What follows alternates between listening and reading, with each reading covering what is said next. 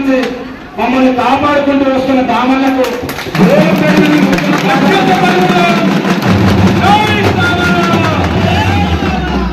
మా యువనేత టైలర్ రామరెడ్డి సర్వోత్తమ్ రెడ్డి గారిని, వేణారెడ్డి గారిని, సీనన్న గారిని, మా కౌన్సిలర్ గారిని వేదిక మీద ఆసనం కావాల్సిందిగా గట్టిగా కోరుతా ఉన్నాం.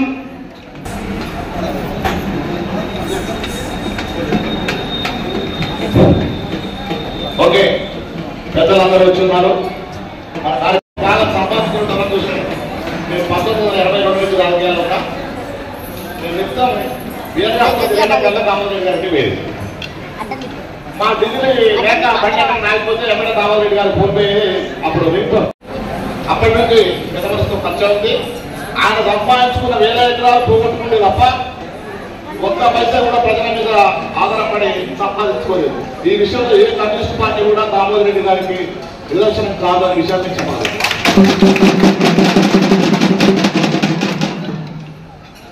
అయితే కళాకారుల గురించి మాట్లాడుకున్నాం. కళాకారులకు క్రమశిక్షణ అవసరం. గతంలో టీఆర్ఎస్ ప్రభుత్వం మనల్ని మోసం చేసింది.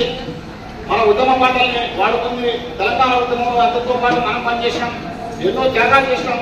కానీ కొంతమందికి మాత్రమే మనలో ఉన్న అన్నదమ్ములకి, మన అక్కకు, మన చెల్లెకు, మన తమ్ములకు కొంతమందికి ఉద్యోగాలు ఇచ్చారు. కానీ మిగతా అన్నదమ్ములకు ఇవ్వలేకపోయారు.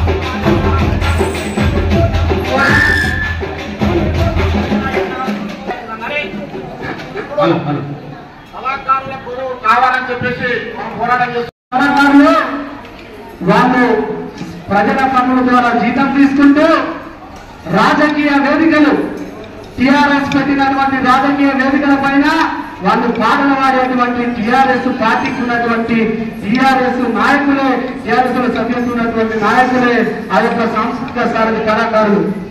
రూల్స్ ప్రకారం ఒక ప్రభుత్వ జీతం తీసుకునేటువంటి వ్యక్తి, ప్రజల పనుల ద్వారా జీతం తీసుకునేటువంటి వ్యక్తికి రాజకీయ వేదికలు ఎక్కొద్దు, పార్టీల మాట ఎత్తొద్దు, జెండాను పట్టొద్దు, గుర్తులకు చేకొట్టొద్దు. కానీ టిఆర్ఎస్ పెట్టినటువంటి సభలలో సాంస్కృతిక సారథిలో జీతాలు తీసుకునే ప్రతి ఉద్యోగి కూడా అక్కడ కేసీఆర్ కు జై కొట్టిండు, కారు గుర్తుకు జై అన్నాడు. అది చట్ట విరుద్ధం.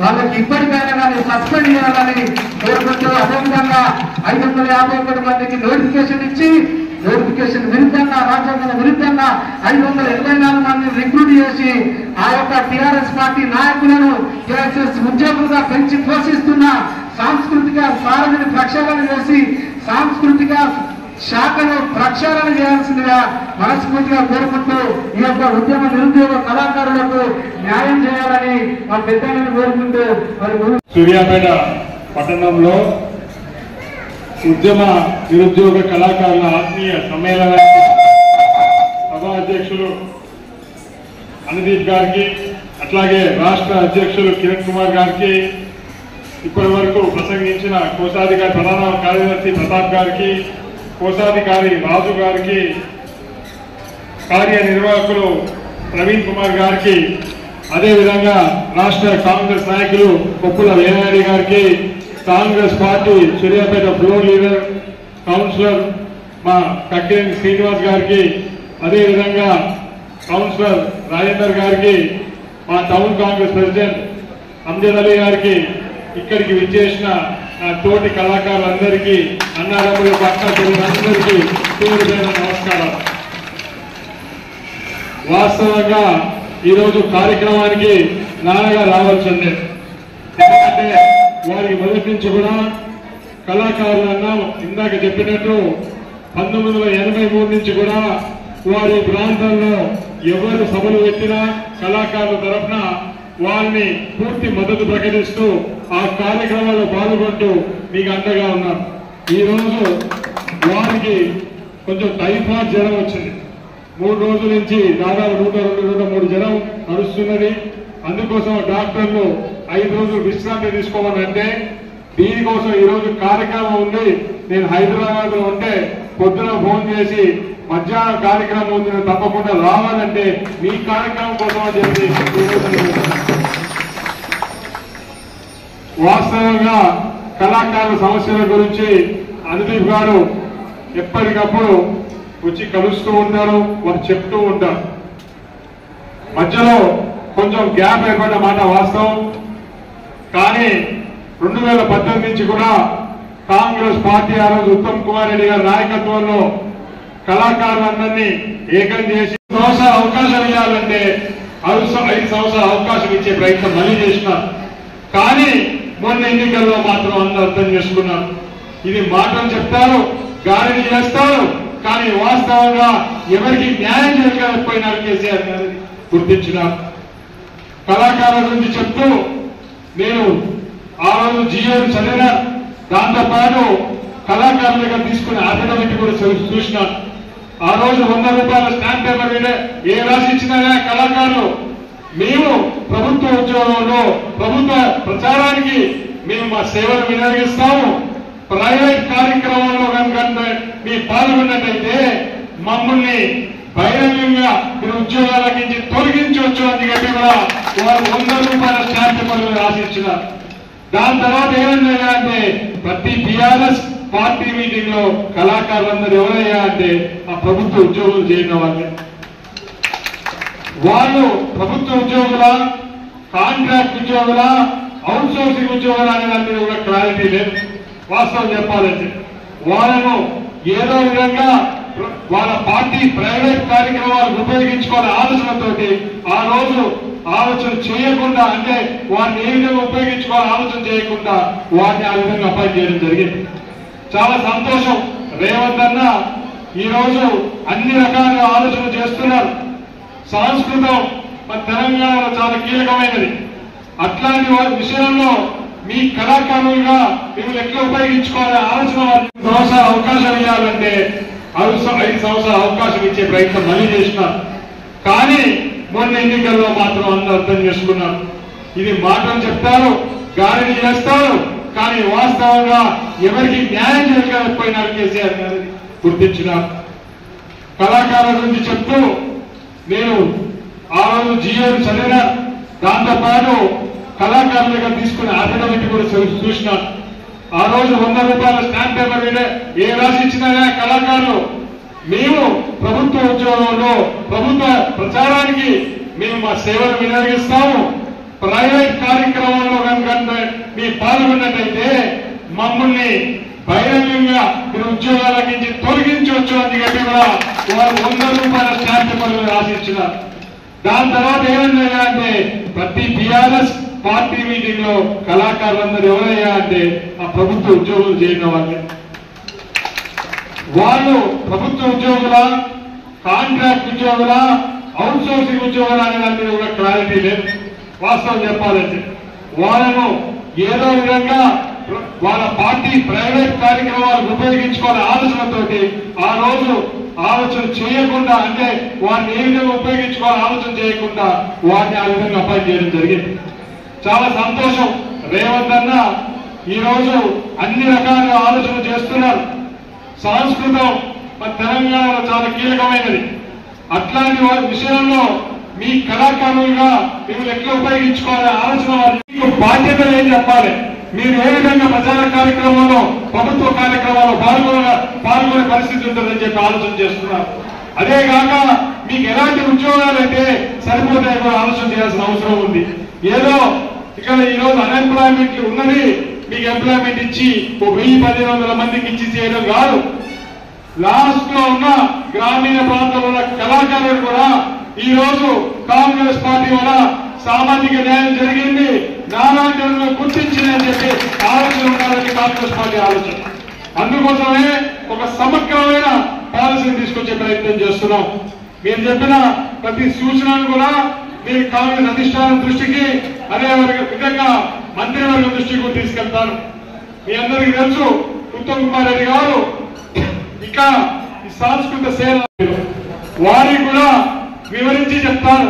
ఈ రోజు మీ బాధలు మీ కష్టాలు ఏ విధంగా ఉన్నాయో మళ్ళీ 9వ తారీఖు పెట్టే పాలసీలో మీ ఎక్స్పెక్టేషన్స్ ఏమున్నాయో కూడా వారి దృష్టికి తీసుకెళ్తారని చెప్పి సందర్భంగా తెలియజేస్తున్నాను. మీరు కూడా ఈ రోజు నాకు రాతపూర్వకంగా వినతి పత్రం ఇచ్చినట్టయితే అది ముఖ్యమంత్రి గారికి వెళ్లే విధంగా కూడా తగు చర్యలు తీసుకుంటారని చెప్పి నేను మాట్లాడుతున్నాను. నేను పాటలు పాడలేకపోవచ్చు, మీలా గట్టి లేకపోవచ్చు, కానీ మీరు ఎప్పుడు పిలిచినా అన్నాన్ని పిలిచినా తమ్మి అని పిలిచినా మీ మధ్యలో వస్తానని చెప్పి మీ మాటిస్తూ మీకు ఏ అవసరం వచ్చినా మీ ఉద్యోగాలు పక్కన పెట్టి మీ విద్యలో కానీ వైద్యంలో కానీ మీ అన్నగా మీకు తోడుండాలని చెప్పి నాన్నగా నడిచిన బాటలోనే మీకు అండగా కళాకారులు అండగా ఉండాలని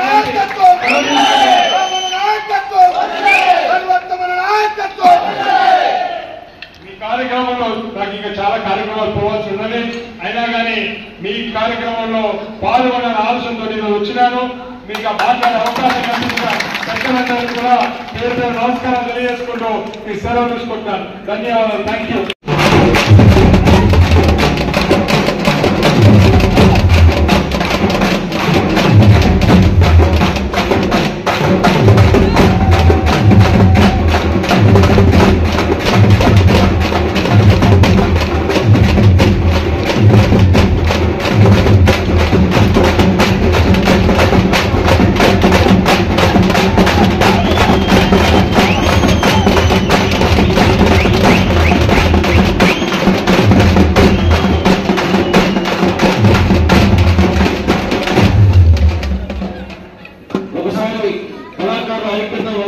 అభిమానం చేసిన తర్వాత ఇక మన మాట ఉంటుంది. ఒక 5 నిమిషాలు సమయం పోతుంది కాబట్టి దయచేసి మీరు అందరూ కూడా అర్థం చేసుకోవాల్సిందిగా కోరుతూ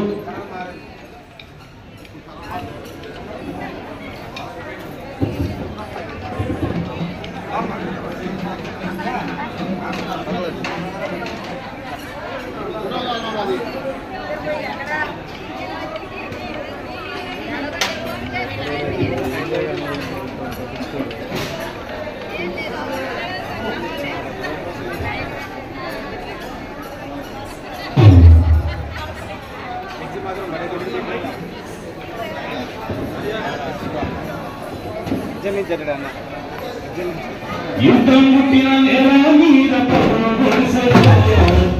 ఆ పొద్దు పొరుపు మగలుగా